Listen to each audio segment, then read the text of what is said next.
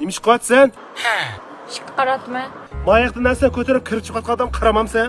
Meni raynim bo'lmasa-ku. Nimda sening raying bo'lmaydi? Amiz san tava. Bo'van.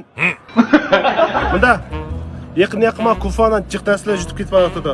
Biromidim. Sen oldi dedim-a? Amsimishman deysiz. Bunda sen bugundan boshlab mush qalaymaqa odam kirib kufondan narsa chiqib qolgan bo'lsa, to'sib ol. Qayda bo'z qalayim qadam bo'ldi? Sen tanımaydigan odam bo'lsam, qalaymaqa odam. Tushundingmi? Lekin ular zo'rlab kirib chiqsa qayda qilmay, yo'g'on odamlar ishlaydigan bu yerda. Anası bakaga berdim ya. Açma yakmam sen. Çın turcuma.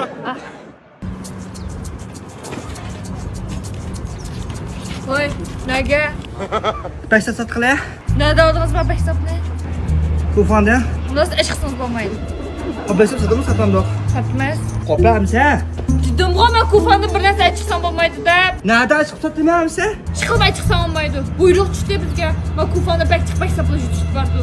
Chiqitmay şimdi. Nega chiqsam bo'lmaydi? Ha, o'tgina o'g'il qalay qadim. Men beştapniki mal satuvchi qalay qadimmiz. Qalayim odamlar ichkasi bo'lmaydi dedi. Chiroyli qalayim qilib chiqib turdi seni.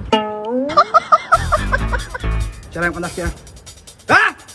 Buni kufonda chiqib satmay beştap narsa satmayman. Ha! Ha!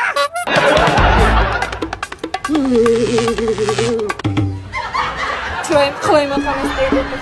Beştap ishlagan bo'lsa ozdan qo'rqib chiqam desini. Yolg'on.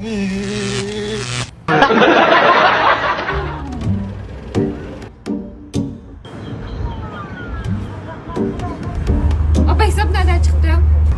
Kufonda. Hey, Voy chanzon bu bir kun bo'ldi, bir tal beksap kamida dukanğa. nima? Bugün mü kızma? Peyz kıl. Qadek.